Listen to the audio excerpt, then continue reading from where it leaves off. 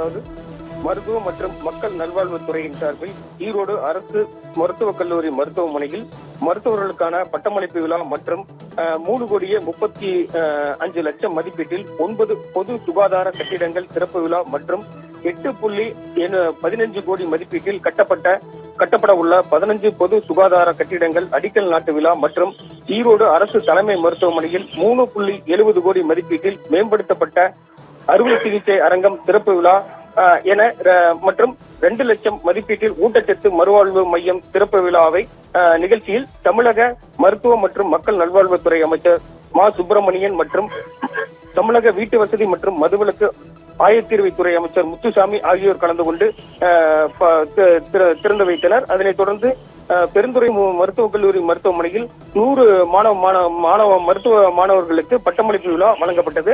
அதனைத் தொடர்ந்து இந்த பட்டமளிப்பு விழாவில் கலந்து கொண்ட பின்னர் தமிழக மக்கள் நல்வாழ்வுத்துறை அமைச்சர் மா சுப்பிரமணியன் செய்தியாளர்களுக்கு பேட்டியளித்தார். அந்த பேட்டியில் ஈரோடு மாவட்டத்தில் பல்வேறு புதிய மருத்துவ கட்டிடங்கள் மற்றும் அடிக்கல் நாட்டு விழா நடைபெற்றது என்றும் மருத்துவ கல்லூரி மாணவர்களுக்கு 27வது பட்டமளிப்பு விழா தற்போது நடைபெற்று முடிந்துள்ளதாகவும் இதில் 100 மாணவர்களுக்கு பட்டமளிப்பு வழங்கப்பட்டுள்ளதாகவும் தெரிவித்துள்ளார். அதே போல ஈரோடு அரசு தலைமை மருத்துவமனையில் 4.50 கோடி மதிப்பீட்டில் அறுவை சிகிச்சை மையம் திறக்கப்பட்டுள்ளதாகவும் ஆந்திர மாநிலம் ஹைதராபாத்தில் இருந்து விழுப்புரத்தில் வந்தவர் திண்டிவனம் சிகிச்சைக்காக அனுமதிக்கப்பட்டு விழுப்புரம் மருத்துவமனையில் அனுமதிக்கப்பட்டார். இறப்புக்கு மெடிக்கல் காரணம் என்ன என்று கேட்டுள்ளோம். இதனால் அவர் உயிரிழப்பு கொரோனா இறப்பு என்று எடுத்துக்கொள்ள முடியாது.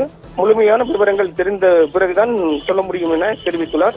அதே போல கொரோனாவை பொறுத்தவரை மத்திய அரசு அவ்வப்போது கொரோனா தொடர்பான எல்லா மாநிலங்களிலும் வழக்கமான அறிவுறுத்தல்கள் கொடுப்பார்கள். வீரியம் இழந்த கொரோனா தான் ஓமிக்ரான். இது 4 நாட்களுக்கு சிறிய அளவிலான காய்ச்சல், தொண்டைவலி, இருமல் போன்ற இருக்கும். இப்போது பொது சுகாதாரத்துறை சார்பில் அடங்காத காய்ச்சல், நெடுநாட்களாக இருமல், சளி இருந்தால் அருகில் உள்ள அரசு மருத்துவமனையில் அணுக வேண்டும் எனவும் தெரிவித்துள்ளார். அதேபோல் பொது இடங்களில் செல்லும் போது கர்ப்பிணி தாய்மார்கள், நோய் எதிர்ப்பு சக்தி குறைவாக இருப்பவர்கள், இணை நோய் உள்ளவர்கள், வயது முதிர்ந்தவர்கள் முகக்கவசம் அணிந்து கொள்வது மிகவும் நல்லது என அவரும் தெரிவித்துள்ளார். விமான நிலையத்தில், ரயில் நிலையத்தில் கொரோனா தொடர்பான கட்டாய விதிமுறைகள், அறிவிப்புகள் இல்லை என்றும் எல்லாவற்றுக்கும் பொது சுகாதாரம் தயாராக உள்ளது. 9,000 படுக்கைகள், 3,000 மெட்ரிக் டன் ஆக்சிஜன் சேமிக்கும் வசதிகள் உள்ளது. எந்த மருந்து விற்க வேண்டும் என்று அறிவிப்பு வெளியிடப்பட்டது. மாத்திரை மூலம் போதை வருகிறது என்று உறுதிப்படுத்தினால் நடவடிக்கை எடுக்கப்படும் எனவும் தெரிவித்துள்ளார். அது மட்டுமின்றி அண்ணா பல்கலைக்கழகம் மாணவி விவகாரத்தில் சண்முகம் என்கிற வட்ட செயலாளர் பேசியதாக அண்ணாமலை சொல்கிறார். ஆனால் ஞானசேகரன் எனக்கு முழுமையான தொடர்பு இல்லை, ஒருமுறை கூட போனில் பேசியதில்லை என்றும் என்னுடன் ஒருமுறை மட்டுமே போட்டோ எடுத்தது தவிர எனக்கு ஞானசேகரன் தொடர்பு எந்ததிலும் இல்லை என்று தெரிவித்துள்ளார். அந்த அண்ணாமலை பல்கலைக்கழகம் விவகாரத்தில் உயர்நீதிமன்றத்தில் 3 பெண் IPS அதிகாரிகள் நியமனம் செய்து துரிதமாக செயல்பட்டு 5 மாதத்தில் விசாரணை செய்து ஞானசேகரனுக்கு 30 ஆண்டுகள் குறையாமல் குற்ற தண்டனை பெறப்பட்டுள்ளது என்றும் இந்தியாவில் வேறு எந்த மாநிலத்திலும் இதுபோன்ற வழக்குகள் விசாரணையை விரைந்து முடித்தது இல்லை எனவும் தெரிவித்துள்ளார். அதேபோல் வட்ட செயலாளர் சண்முகத்திடம் செல்போன் எடுத்து எனக்கு போன் செய்ததாக கண்டுபிடிக்க முடிந்த அண்ணாமலைக்கு போனில் என்ன பேசினோம் என்று அண்ணாமலை கண்டுபிடிக்க முடியும். அதை அண்ணாமலை வெளியிட்டால் நன்றாக இருக்கும் எனவும் இந்த செய்தியாளர்களுக்கு சந்திப்புள்ள என்று தெரிவித்துள்ளார்.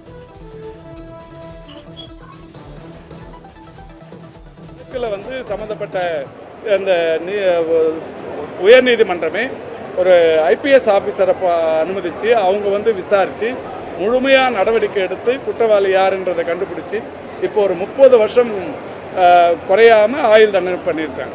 இதில் நீதிமன்றமே காவல்துறையின் நடவடிக்கையை பாராட்டியிருக்கு. இந்திய வரலாற்றிலேயே இந்த குற்றச்சாட்டுக்கு ஒரே ஒரு 5 மாதத்தில் நடவடிக்கை எடுத்திருப்பது என்பது இதுதான். இதில் அவர் அண்ணாமலை சொல்லி இருக்கிறதுங்கிறது, இந்த சண்முகங்கிற வட்ட செயலாளர் எனக்கு ஃபோன் பண்ணதாக சொல்லியிருக்கார். நான் இதுக்கு ஏற்கனவே பதில் சொல்லிட்டேன். எனக்கு 83 வட்ட செயலாளர் இருக்கிறாங்க. வட்ட செயலாளர்கள் அன்றைக்கி அந்த சண்முகம் எனக்கு ஃபோன் பண்ணதுக்கு காரணம், அதே வட்டத்தில் ஒரு 2000 பேருக்கு நலத்திட்ட உதவிகள், முதியோருக்கு நலத்திட்ட உதவிகள் தரத்துக்கான ஒரு நிகழ்ச்சி, அதுக்கு எப்போ வரீங்கன்னு கூப்பிட்றதுக்காக என்னை ஃபோனில் கூப்பிட்ருக்காரு. இதே அண்ணாமலைக்கு நான் அன்றைக்கும் கூட சொல்கிறேன், இன்றைக்கும் சொல்கிறேன், இந்த ஃபோன் நம்பர் எடுத்து சண்முகம் எனக்கு ஃபோன் பண்ணதை கண்டுபிடிக்க முடிஞ்ச அவருக்கு அந்த ஃபோனில் நான் என்ன பேசணுங்கிற வாய்ஸையும் எடுக்கிறதுக்கு வாய்ப்பு இருக்குது. வாய்ஸ் தெரியும், என்ன பேசணும், அவர் என்ன பேசினார், நான் என்ன பதில் சொன்னங்கிறது தெரியும். அதையும் எடுத்து வெளியிட்டாருன்னா ரொம்ப நல்லா இருக்கும். வழக்கில் வந்து அண்ணாமலை சொல்லியிருக்கிறது ஞானசேகரன் எங்களை எப்பவும் பேசினார்னு சொல்லலை, சண்முகங்கிற வட்ட செயலாளர் எங்களை பேசினார் சொல்லியிருக்காரு. அவர் பேசுனதையாவது முழுமையாக கேட்டுக்குன்னு சொல்லுங்கள். ஞானசேகரனுக்கும் எனக்குமான தொடர்பு எதுவும் இல்லைங்கிறது எல்லாருக்குமா தெரியும். இது வரைக்கும் அவன் எங்களை ஒரு தடவை கூட ஃபோனில் பேசினதில்லை. ஞானசேகரன் சைதை தொகுதியை சேர்ந்தவன், அந்த கோட்டூர் வட்டத்தை சேர்ந்தவன். நான் ஒரு முறை மழை வெள்ளத்துக்கு நானும் துணை மேயர் மகேஷ்குமாரும் அலுவலர்களும் போனப்ப காலை சிற்றுண்டியை வட்ட செயலாளர் வாங்கிட்டு வந்து அவன் வீட்டு வாசலில் சாப்பிட்டு வச்சார். அப்போ என் கூட ஒரு ஃபோட்டோ எடுத்ததை தவிர அவனுக்கு எனக்குமான எந்த தொடர்பும் இல்லை. அண்ணாமலை சொல்லியிருக்கிறது ஞானசேகரன் எங்களை எப்பவும் பேசினார்னு சொல்லலை, சண்முகங்கிற வட்ட செயலாளர் எங்களை பேசினார் சொல்லியிருக்காரு. அவர் பேசுனதையாவது முழுமையாக கேட்டுக்குன்னு சொல்லுங்கள். ஞானசேகரனுக்கும் எனக்குமான தொடர்பு எதுவும் இல்லைங்கிறது எல்லாருக்குமா தெரியும். இது வரைக்கும் அவன் எங்களை ஒரு தடவை கூட ஃபோனில் பேசினதில்லை. ஞானசேகரன் சைதை தொகுதியை சேர்ந்தவன், அந்த கோட்டூர் வட்டத்தை சேர்ந்தவன். நான் ஒரு முறை மழை வெள்ளத்துக்கு நானும் துணை மேயர் மகேஷ்குமாரும் அலுவலர்களும் போனப்ப காலை சிற்றுண்டியை வட்ட செயலாளர் வாங்கிட்டு வந்து அவன் வீட்டு வாசலில் சாப்பிட்டு வச்சார். அப்போ என் கூட ஒரு ஃபோட்டோ எடுத்ததை தவிர அவனுக்கு எனக்குமான எந்த தொடர்பும் இல்லை. அண்ணாமலை சொல்லியிருக்கிறது ஞானசேகரன் எங்களை எப்பவும் பேசினார்னு சொல்லலை, சண்முகங்கிற வட்ட செயலாளர் எங்களை பேசினார் சொல்லியிருக்காரு. அவர் பேசுனதையாவது முழுமையாக கேட்டுக்குன்னு சொல்லுங்கள். ஞானசேகரனுக்கும் எனக்குமான தொடர்பு எதுவும் இல்லைங்கிறது எல்லாருக்குமா தெரியும். இது வரைக்கும் அவன் எங்களை ஒரு தடவை கூட ஃபோனில் பேசினதில்லை. ஞானசேகரன் சைதை தொகுதியை சேர்ந்தவன், அந்த கோட்டூர் வட்டத்தை சேர்ந்தவன். நான் ஒரு முறை மழை வெள்ளத்துக்கு நானும் துணை மேயர் மகேஷ்குமாரும் அலுவலர்களும் போனப்ப காலை சிற்றுண்டியை வட்ட செயலாளர் வாங்கிட்டு வந்து அவன் வீட்டு வாசலில் சாப்பிட்டு வச்சார். அப்போ என் கூட ஒரு ஃபோட்டோ எடுத்ததை தவிர அவனுக்கு எனக்குமான எந்த தொடர்பும் இல்லை.